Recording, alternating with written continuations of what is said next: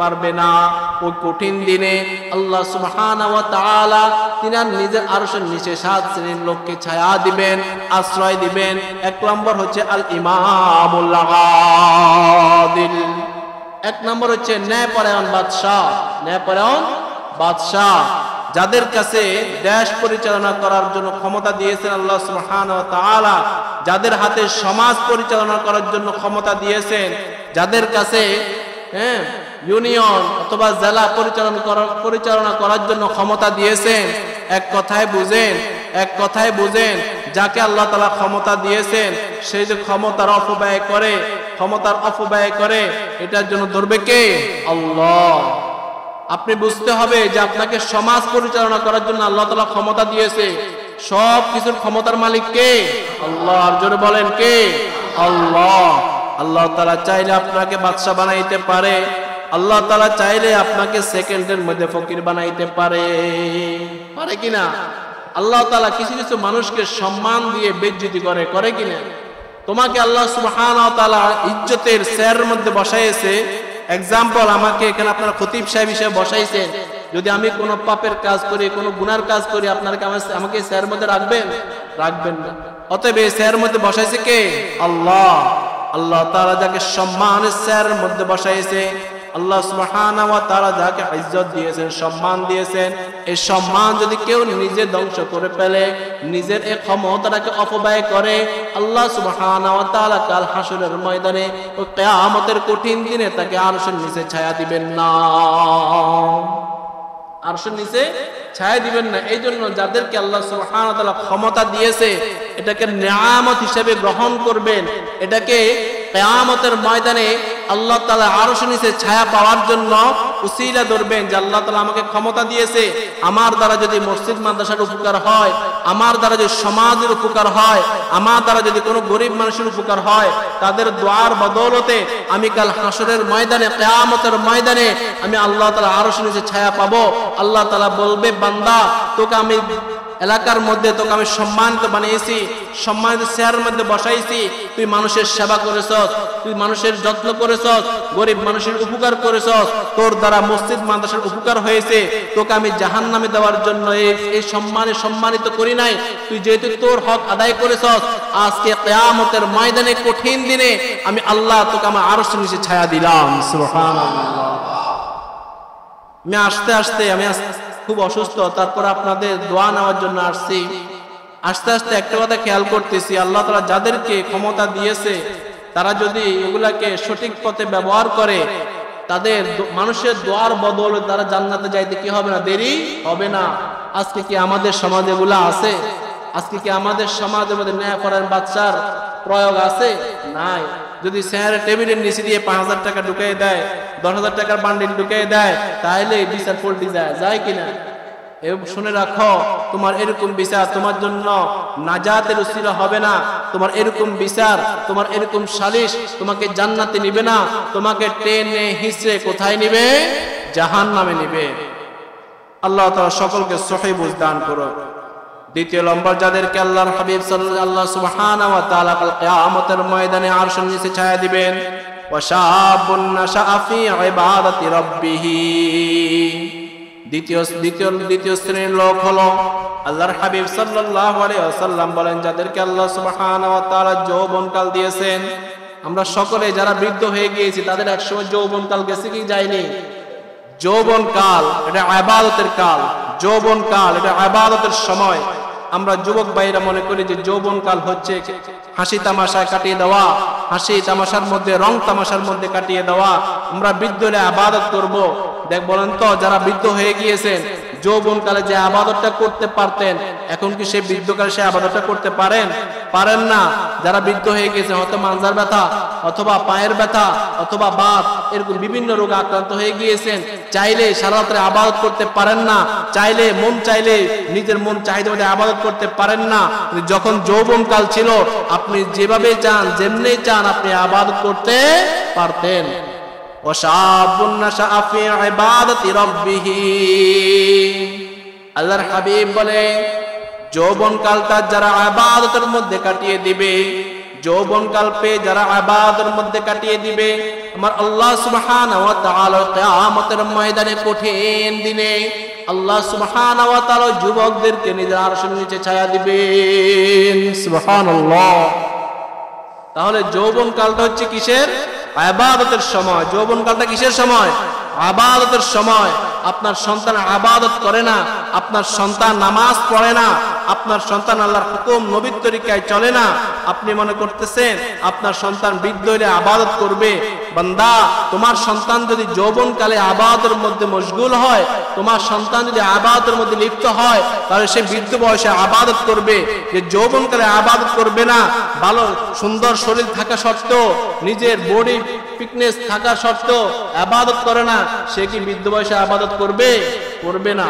আপনার সন্তান যদি ইবাদতের মধ্যে যৌবনকালে ইবাদতের মধ্যে কাটিয়ে দেয়, বৃদ্ধ বয়সে সে কি করবে? ইবাদত করবে।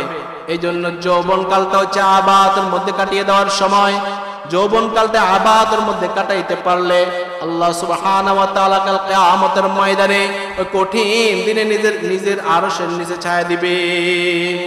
এই জন্য যুবক ভাইদেরকে বলবো, আপনার এই যৌবনকালটা হচ্ছে ইবাদতের সময়। একটা উদাহরণ দিই আপনাদেরকে। কাঁচা স্বর্ণ, কাঁচা কি স্বর্ণ অথবা কাঁচা লোহা ধরেন, কাঁচা লোহাকে যেভাবে ইচ্ছা সেভাবে করা যায়, যায় কি না? আপনি বাগা করতে চাইলেও বাগা করতে পারবেন, যেমনে ইচ্ছা সামনে করতে পারবেন। তদুরূপভাবে যৌবনকালটাও আপনি যেভাবে মন চায় সেভাবে কি করতে পারবেন? ইবাদত করতে পারবেন, কিন্তু বৃদ্ধ বয়সে সেভাবে ইবাদত করতে পারবেন না। তৃতীয় নম্বর হচ্ছে ওয়ারাজুলুন কলবুহু মুআল্লাকুন ফিল মাসাজিদ। কত গুরুত্বপূর্ণ কথা। ওয়ারাজুলুন কলবুহু মুআল্লাকুন ফিল মাসাজিদ। আচ্ছা, মসজিদে আসতে কি কোনো টাকা পয়সা লাগে? আপনারা আজকে জুমা পড়তে আসছেন, এখানে কাউকে কোনো ফিস দেওয়া লাগছে? কাহার কাছে আবেদন করা লাগছে? দেখেন, দুনিয়ার কোনো একটা স্বার্থ উদ্ধার করতে হলে আপনি একটা ঘর করবেন অথবা একটা দোকান করবেন অথবা সমনির মধ্যে একটা ফ্ল্যাট কিনে একটা বাড়ি করবেন, সেখানে উপজেলার অনুমতি লাগবে, আর চেয়ারম্যান অনুমতি লাগবে, লাগে না এরকম অনেক কিছু। কিন্তু মসজিদে আসার জন্য কোনো কারো পারমিশন লাগে? লাগে না। এখানে কি উন্মুক্ত, এখানে কি উন্মুক্ত। আপনি যখন মন চায় তখন আসে কি করতে পারবেন? ইবাদত করতে পারবেন। দেখেন, ও কঠিন ময়দানে আল্লাহ তাআলা আরশের নিচে ছায়া পাওয়ার জন্য বেশি কিছু লাগবে না।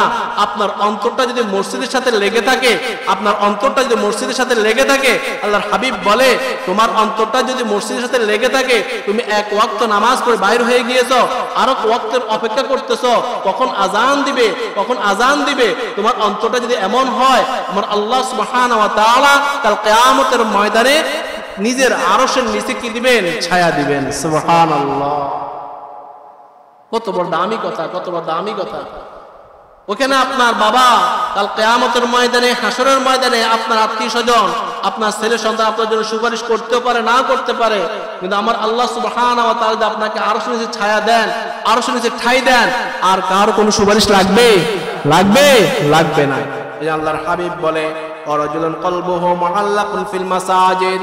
যে বান্দার অন্তরটা মসজিদের সাথে লেগে থাকে, সর্বদা মসজিদের সাথে লেগে থাকে, এক ওয়াক্ত নামাজ পড়ে বাইর হয়েছে, আর এক ওয়াক্তের অপেক্ষায় তার অন্তরটা ছটফট ছটফট করতে থাকে, এমন বান্দাকে আমার আল্লাহ সুবহানাহু ওয়া তাআলা কাল কিয়ামতের ময়দানে নিজের আরশের নিচে ছায়া দিবেন। সুবহানাল্লাহ। 4 নম্বর হলো ওয়ারাজুলান তাহাব্বা ফিল্লাহ ইজতামা আলাইহি ওয়া তাফাররাকা আলাইহি। 4 নম্বর হলো ওই দুইজন ব্যক্তি, যে দুইজন ব্যক্তি একে অপরকে মহাব্বত করে, কার জন্য? আল্লাহর জন্য। আবার একে অপরের দুজন পৃথক হয়ে যায়, কার জন্য? আল্লাহর জন্য। আল্লাহর জন্য মহাব্বত করে, আল্লাহর জন্য পৃথক হয়ে যায়, এমন দুই ব্যক্তিও আল্লাহ সুবহানাহু ওয়া তাআলা কাল কিয়ামতের ময়দানে নিজের আরশের নিচে কি দিবেন? ছায়া দিবেন। সুবহানাল্লাহ। এটা কেমন? যেমন তাবলীগের মধ্যে আপনারা জান না, আল্লাহ রাস্তা বাইর হন কিনা? হ্যাঁ, আল্লাহ রাস্তা বাইর হন, তাবলীগে বাইর হন, সেখানে কি কেউ কাউকে চিনেন? কাউকে চিনেন? চিনেন না। সেখানেও দুই ব্যক্তি একত্রিত হয়েছেন, কার জন্য? আল্লাহর জন্য। কার জন্য? আল্লাহর জন্য। দুনিয়ার সমস্ত কাজ কারবারে হচ্ছে আল্লাহকে রাজি খুশি করার জন্য, তাই না? আপনি দান করবেন, সদকা করবেন, আপনি মসজিদে এসে দান করবেন, আপনি মসজিদের সাথে লেগে থাকবেন, মানুষের উপকার করবেন। একটা কথা আপনাদেরকে বলি, আপনি জীবনে সফলতা অর্জন করতে চাইলে মানুষের উপকার করবেন। মানুষের কি করবেন? পিছনে অনেকে অনেক কথা বলবে, অনেকে অনেক গীবত শিকায়ত করবে। আপনার টার্গেট যদি থাকে যে আমার পিছনে যত জনের সমালোচনা করুক, আমার টার্গেট হচ্ছে মানুষের কি করা? উপকার করা। সে আমার উপকার করুক বা নাই করুক, আমি তার উপকার করব। দেখবেন আল্লাহ সুবহানাহু ওয়া তাআলা আপনাকে এমন এমন জায়গা থেকে উদ্ধার করবে যেখান থেকে আপনি উদ্ধার হওয়ার কল্পনাও করেন নাই।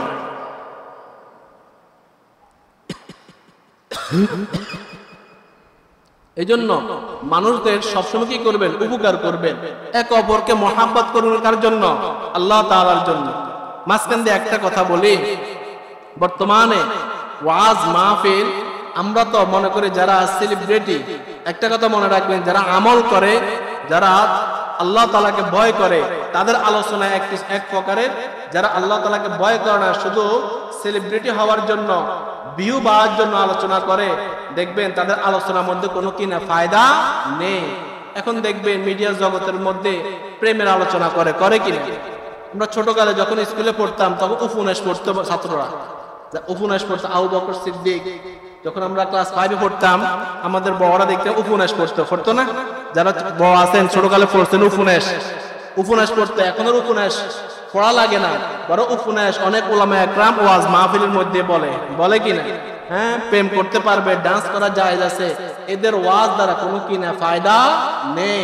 আরো অনেকে আছে মেয়েদেরকে সামনে নিয়ে ওয়াজ করে সেলিব্রিটি হওয়ার জন্য। এদের উদ্দেশ্য কোনো আল্লাহকে পাওয়ার জন্য নয়, এদের উদ্দেশ্য হচ্ছে মানুষগুলোকে জাহান্নামে নেওয়ার জন্য। কথা বলছেন? মানুষদের কি নেওয়ার জন্য? জাহান্নামে নেওয়ার জন্য। এই জন্য কার আলোচনা আল্লাহ তাআলাকে পাওয়ার জন্য, আর কার আলোচনা আল্লাহ তাআলাকে পাওয়ার জন্য নয়, কার আলোচনা সেলিব্রিটি হওয়ার জন্য, এগুলো আলোচনা দ্বারা কি যায়? বোঝা যায়। এই জন্য একে অপরকে মহাব্বত করব। কাদের জন্য? কার জন্য? আল্লাহ তাআলার জন্য। একে অপর পৃথক হব কার জন্য? আল্লাহ তাআলার জন্য। ওয়ারাজুলুন দাআতহু যাতু মানসাবিন ওয়া জামাল। কয় নম্বর গেছে? 4 নম্বর গেছে। 5 নম্বর, ওয়ারাজুলুন দাআতহু যাতু মানসাবিন ওয়া জামাল। 5 নম্বর আল্লাহর হাবিব বলতেছে, কঠিন দিনে আমার আল্লাহ আপনাকে নিজের আরশের নিচে ছায়া দিবেন। কোন সুন্দরী রমণী মহিলা কোন যুবককে ডাকলো অথবা যে কাউকে ডাকলো তার সাথে খারাপ কাজ করার জন্য, সে বলে ফাকালা ইন্নী আখাফুল্লাহ, আমি আল্লাহ তাআলাকে ভয় করি, আমি আল্লাহ তাআলাকে ভয় করি, আমি আল্লাহকে ভয় করি, আমি খারাপ কাজের মধ্যে লিপ্ত হইতে পারবো না। এমন ব্যক্তি যদি ওই কাজ থেকে ফিরে আসে, এমন মানুষ যদি, এমন যুবক যদি, এমন কোন ভাই যদি ওই খারাপ কাজ থেকে, যে মহিলা সুন্দরী রমণী মহিলা তাকে খারাপ কাজ করার জন্য আকৃষ্ট করে, এমন মানুষ থেকে যদি সে ফিরে আসে, সে কি বলে? আমি আল্লাহ তাআলাকে ভয় করি, অন্তরের মধ্যে আল্লাহ তাআলার ভয় আছে, আমি খারাপ কাজের মধ্যে লিপ্ত হইতে পারবো না। তুমি যদি এমন কাজ থেকে ফিরে আসতে পারো, আমার আল্লাহ সুবহানাহু ওয়া তাআলা তোমাকে কাল কিয়ামতের ময়দানে নিজের আরশের নিচে ছায়া দিবেন। সুবহানাল্লাহ। আজকে খারাপ কাজে লিপ্ত হওয়ার জন্য অনেকে অনেক পন্থা অবলম্বন করে কিনা? এই জন্য বিশেষ করে বর্তমানে তো ফেসবুক বা ইন্টারনেট প্রেম করার জগতের মধ্যে সেরা, তাই না? এই জন্য নিজের সন্তান, এখন তো আগের থেকে এখন আরো বেশি নিজের সন্তানকে গাইডলাইন করবেন। নিজের সন্তানকে লেখাপড়া করতেছে নাকি প্রেমের প্রতি আসক্ত হচ্ছে, তার জীবনটাকে সে ধ্বংস করে দিচ্ছে। যদি ছোট থেকেই সে ধ্বংস হয়ে যায়, সে যখন প্রাপ্তবয়স্ক হবে, তার যখন বুঝ জ্ঞান হবে, তখন তাকে সে খারাপ কাজ থেকে ফিরে রাখতে পারবে না।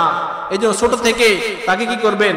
খারাপ কাজ থেকে ফিরে রাখার চেষ্টা করবেন। 6 নম্বর হলো ওয়ারাজুলুন তাসাদদাকা ইখফাআন হাত্তা লা তা'লামা শিমালুহু মা তুনফিকু ইয়ামিনু। 6 নম্বর আল্লাহর হাবিব সাল্লাল্লাহু আলাইহি ওয়াসাল্লাম বলতেছেন, কাল কিয়ামতের ময়দানে ওই ব্যক্তি যে দান করে, সদকা করে, আমরা দান সদকা করি না? দান সদকার কথা প্রত্যেক সপ্তাহে আপনাদেরকে বলি। দান সদকা বেশি বেশি করবেন। যে প্রতি মাসে আপনি যা ইনকাম করেন, যা রুজি করেন, যা আয় করেন, তার থেকে 50,000 টাকা ইনকাম করলে 2,000 টাকা আল্লাহর রাস্তায় দান করবেন, অথবা 1,000 টাকা আল্লাহর রাস্তায় দান করবেন। এই 1,000 টাকা আপনার ব্যবসার মধ্যে, আপনার অর্থের মধ্যে কি রাখবে? বরকত দিবে। আর যদি দান সদকা করা কমাইয়া দেন, আপনার অর্থের মধ্যে কখনো কি হবে না? বরকত হবে না। ওয়ারাজুলুন তাসাদদাকা ইখফাআন হাত্তা লা তা'লামা শিমালুহু মা তুনফিকু ইয়ামিনুহু। আল্লাহর হাবিব সাল্লাল্লাহু আলাইহি ওয়াসাল্লাম ইরশাদ করেন, কাল কিয়ামতের ময়দানে নিজের আরশের নিচে আল্লাহ সুবহানাহু ওয়া তাআলা ছায়া দিবেন, ঠাই দিবেন ওই ব্যক্তিকে যে সাদকা করে, ডান হাতে সাদকা করে, বাম হাতে টের পায় না। ডান হাতে সাদকা করে, আমরা অনেকে দান করি মানুষকে দেখানোর জন্য। মানুষকে কি করার জন্য? দেখানোর জন্য। আরে মুসলমান, তুমি যে মানুষকে দেখানোর জন্য করো নাকি আল্লাহকে রাজি খুশি করার জন্য করো, এটা তোমার দান সাদকা দ্বারা কি যায়? বোঝা যায়। মানুষকে দেখানোর জন্য হলে তুমি সেখানে মানুষকে উপস্থিত রেখে দাও, আর যদি আল্লাহকে রাজি খুশি করার জন্য হয় তাহলে তুমি দান করো না। তোমার এমন সাদকা কোনো কি আসবে না, কাজে আসবে না। তুমি তো আল্লাহ সুবহানাহু ওয়া তাআলার আরশের নিচে ছায়া পাইতে হলে তুমি ডান হাতে সাদকা করলে বাম হাতে কি পাইতে পারবে না? টের পাইতে পারবে না। 7 নম্বর হলো ওয়ারাজুলুন যাকারাল্লাহ খালিয়ান ফাফাদাত আইনা। 7 নম্বর ওয়ারাজুলুন যাকারাল্লাহ। এই জবান প্রায় সময় বলে, জবানটা কার দেওয়া? আল্লাহ। এই জবান যে কথা বলতে পারতেছি এটাও কার দেওয়া? আল্লাহ। এই জবান দ্বারা কথা বলতে না পারতেন যে বোবা, সে বুঝে কথা বলতে না পারাটা কেমন কষ্ট, কেমন কষ্ট। আপনাকে আল্লাহ সুবহানাহু ওয়া তাআলা জবান দিয়েছে, এই জবান দ্বারা কাজ জিকির করবেন আল্লাহ, কাজ জিকির করবেন আল্লাহ। এই জন্য পুরাটা দিনে, রাতে এবং দিনে কমপক্ষে 10টা মিনিট হলেও আল্লাহ তাআলা জিকির করবেন। পারবেন তো ইনশাআল্লাহ? জিকির করলে আল্লাহ তাআলা কলবটা কি করে দেয়? পরিষ্কার করে দেয়। কলবটা কি করে দেয়? পরিষ্কার করে দেয়। ওয়ারাজুলুন যাকারাল্লাহ খালিয়ান ফাফাদাত আইনা। আর 2 চোখ দিয়ে কি ফালাইবেন? চোখের পানি ফালাইবেন। জাহান্নামের আগুন নিবানোর জন্য আপনার অন্যান্য আমল যথেষ্ট নয়, আপনার 2 চোখের পানি কি যথেষ্ট। জাহান্নামের আগুন নিবানোর জন্য আপনি সমুদ্রের সাগরের পানি দ্বারা কি নিবাইতে পারবেন? পারবেন না। কিন্তু ওই জাহান্নামের আগুনকে নিবানোর জন্য আপনার 2 চোখের পানি কি যথেষ্ট। এই জন্য গভীর রাত্রে উঠে তাহাজ্জুদের নামাজ আদায় করে আল্লাহর কাছে কান্নাকাটি করবেন, আল্লাহ আমি যত পাপ করেছি, যত গুনার কাজ করেছি, আল্লাহ তুমি আমাকে মাফ করে দাও। পারবেন তো ইনশাআল্লাহ? তাহলে যারা আল্লাহ তাআলা জিকির করে, গভীর রাত্রে উঠে আল্লাহ তাআলার দরবারে কান্নাকাটি করে, এদেরকেও আল্লাহ সুবহানাহু ওয়া তাআলা কাল কিয়ামতের ময়দানে নিজের আরশের নিচে কি দিবেন? ঠাঁই দিবেন, ছায়া দিবেন। কয় ধরনের ব্যক্তির কথা বললাম? 7 শ্রেণীর লোককে আল্লাহ সুবহানাহু ওয়া তাআলা কাল কিয়ামতের ময়দানে নিজের আরশের নিচে ছায়া দিবেন। ওইখানে ছায়া পাওয়ার জন্য, ঠাঁই পাওয়ার জন্য কারো সুপারিশ লাগবে না, কারো অনুমোদন লাগবে না। আপনি আমলগুলা করেন, আমার আল্লাহ সুবহানাহু ওয়া তাআলা আপনাকে কাল কিয়ামতের ময়দানে নিজের আরশের নিচে কি দিবেন? ছায়া দিবেন। আল্লাহ সুবহানাহু ওয়া তাআলা সকলকে যে 7 শ্রেণীর লোকের কথা বলা হলো এর উপর আমল করে কাল কিয়ামতের ময়দানে যাতে আমরা আল্লাহ সুবহানাহু ওয়া তাআলা আমাদেরকে নিজের আরশের নিচে ছায়া দেন, ঠাঁই দেন। আল্লাহ